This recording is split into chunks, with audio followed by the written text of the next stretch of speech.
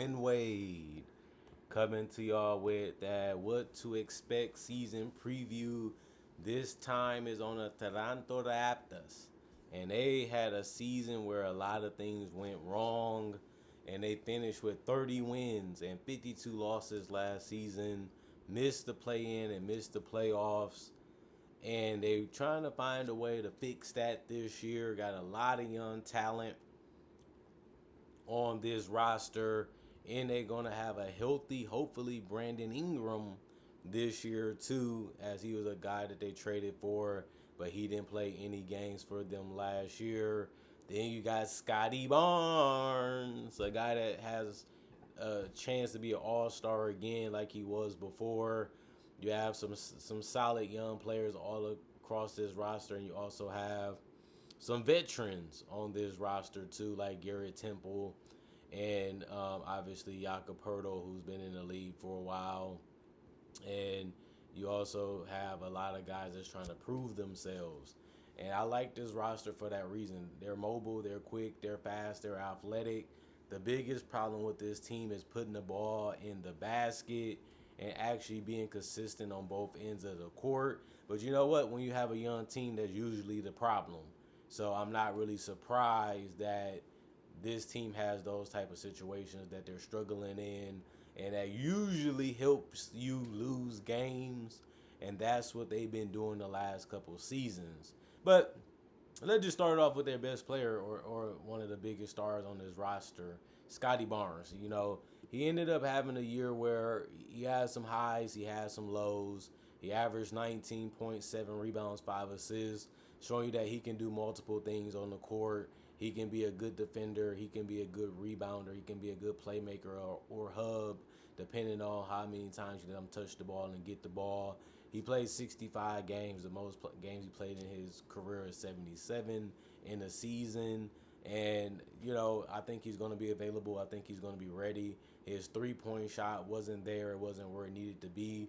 But he has never really been a great three-point shooter. He always been a guy that's good around the basket because he can use that little push shot. He can dunk, and he can get to the rim and finish.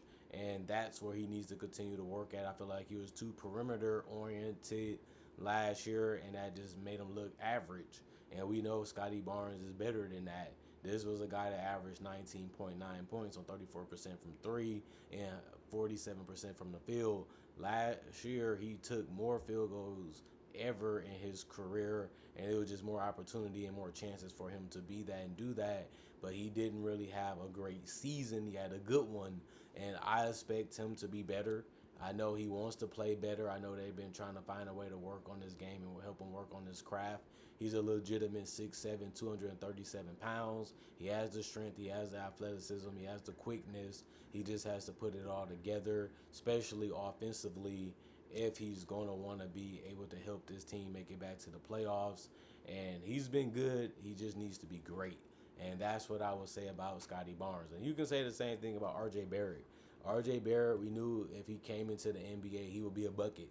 Man, he has lived up to that. He gave you 21 points last year, 6 rebounds, and 5 assists, showing you that he can be that type of guard that can get to the paint and kick it out or dump it off to his teammates and make their jobs a lot easier while still putting a lot of pressure on team defense to slow him down or stop him. He's a physical freak. He's going to bump you. He's going to knock you. He's going to push you. He's going to go right at you just to put the ball in the basket. And he was respectable from 35%, and he also was able to get to the paint and get to the mid-range whenever he wanted. And that's why people say, should he come off the bench? Should he stay a starter? I think he definitely has to stay a starter just because his scoring. They have a hard time putting the ball in the basket consistently, and he's one of their best options. The problem was he averaged 5.4 free throw attempts, but he only made 63% of them. He has to increase his free throw shooting. He has to continue to be consistent from three, and he still has to have that attack mentality. And other than that, he had a solid season, respectable, showing that he can be one of the best young players in the league. He knows his skill set, he knows his game, and he has proven that it works, and it works at the highest level, which has been the NBA. And I'm proud of him. We knew that he would be a good player in the league, and he has become that so far. You have a lot of other guys like Jamison Battle and OG Abaji, Quincy, and you got Chucky. You also got AJ Lawson and Sandro, Elijah Martin, Jonathan Mobo, Colin Murray Boyles, and also David Roddy and Oliver Sarr. You also got Jamal Shed and Jacoby Walter. They have a lot of young players that are still trying to find themselves. They're still trying to find a role that they're going to be great in. Is we going to be perimeter players? Is we going to just stay around the rim? Is we going to be hustle players? Is we going to be rebounders? Can we actually score with the ball in our hands? Can we actually be threats like that? I think they have a lot of guys that's still working on their individual game, their ISO game, and they still trying to find a way to play off of players like Ingram and RJ Barrett and Scotty Barnes. And that's what they're going to have to do to be able to find a way to keep everybody involved and keep everybody dangerous, which is what you have to do if you want to be a good team or better. And I feel like they have a lot of young players that's still trying to show what they are and what they can do and how they can contribute, but they haven't showed us enough of it just yet for us to think that they're good quality players that you can rely on and depend on to make a play, to make a shot anytime they're in a game. But what I will say is that's the purpose of a guy like Emmanuel Quickly. He was banged up basically the whole year. He gave them decent production, 17 points, 3 rebounds, 5 assists. They have a lot of ball handlers. They got a lot of guys that, can make plays and help guys get plays off of them. And I think Emmanuel Quickly is one of those guys. He needs to continue to shoot the three. They're going to have opportunities where they're going to give him that shot. They're going to have opportunities where they're going to leave him open. He's got to be ready to let that thing go. He shot 37%, and he's about 37% for his career. That's good to see. The problem was he only shot 42% from the field. He was able to knock down his three. That's a good clip. He wasn't able to make other shots other than that consistently, and that was one of his problems, was the mid-range game, the finishing game. And even, he was able to get to the free throw line 3.9 times a game. He was able to shoot a healthy 86% from the free throw line. You want to see that continue. But he showed you that this is his peak. Being a 15 to 20 point scorer at the max, you're not going to have too much of a problem with that because you already have other guys that can do it too. You just need him to be a weapon on and off the ball from time to time to keep the defense on their heels, to keep the defense honest, to keep the defense guessing. And I think that he has been a decent fit with this roster. He just has to stay on the court, which he hasn't really been able to do with the Raptors yet. But we know what he's capable of. We know what he can do. And hopefully he can bring that to the Raptors this year. And I think that will be something that will be cool to see. Other than that, you do have guys like Jakob Poeltl. He's going to stay around the rim, hit those hook shots, get those dunks to go, rebound at a high level. Obviously, he's going to try to finish as strong as he can. He's going to try to protect the rim. He's really the only rim protector that they have on this roster currently, and I think he can be fine. You just want him to be able to stay healthy too. He only played 57 games last year. And the season before that, he only played 50. You definitely want more than that from him in the future, including this season, because he's a big part of what they do. He's a big part of what they're about, and you don't really want that to change. And then you got guys like Grady Dick, who can play at a high level. He showed that he can be a sharpshooter. He showed that he can put the ball in the basket. I think they're going to need to see more. His three-point percentage should increase. The more he gets volume, the more he gets confidence in that shot, the more he practices it, the more he can be lethal from the three-point line. He's been respectable, but he needs to be a little bit better and a little bit more of a weapon there.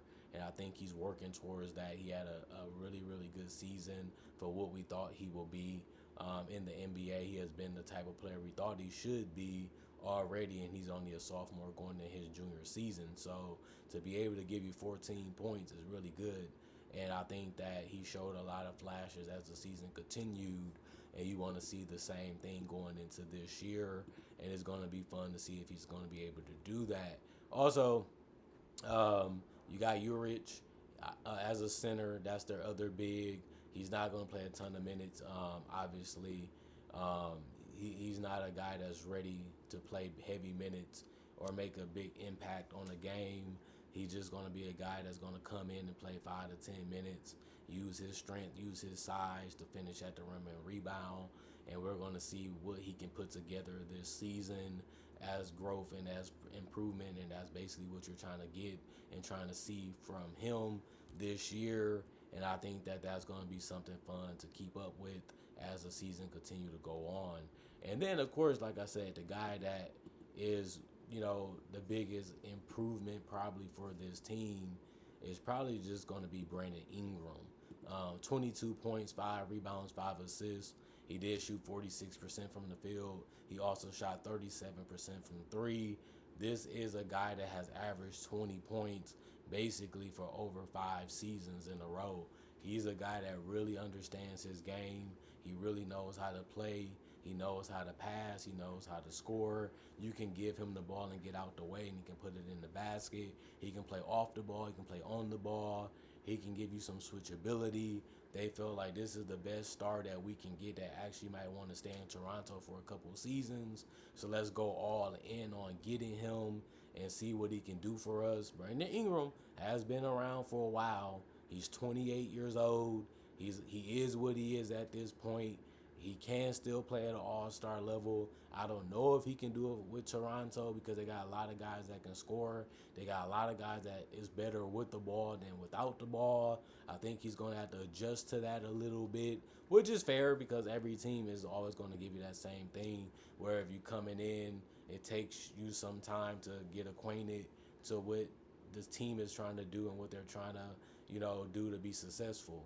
And I think that that's something that's going to be fun and intriguing to see what Brandon Ingram really going to be and how he's really going to look with a team with R.J. Barrett, Emmanuel Quickly, and Scotty Barnes on the roster. One of those guys are going to have to sacrifice. One of those guys are going to have to give up the ball. One of those guys are going to have to be a threat off the ball more than on the ball throughout the entire season if this team is going to have success and if this team is going to be better than 30 wins like they was able to do last year. I do think the Raptors are going to win more than 30 games. I think they're going to be between 35 and 37. If they do that, they can be in the play-in conversation. I think they're going to be interesting enough to be close to that or in that range.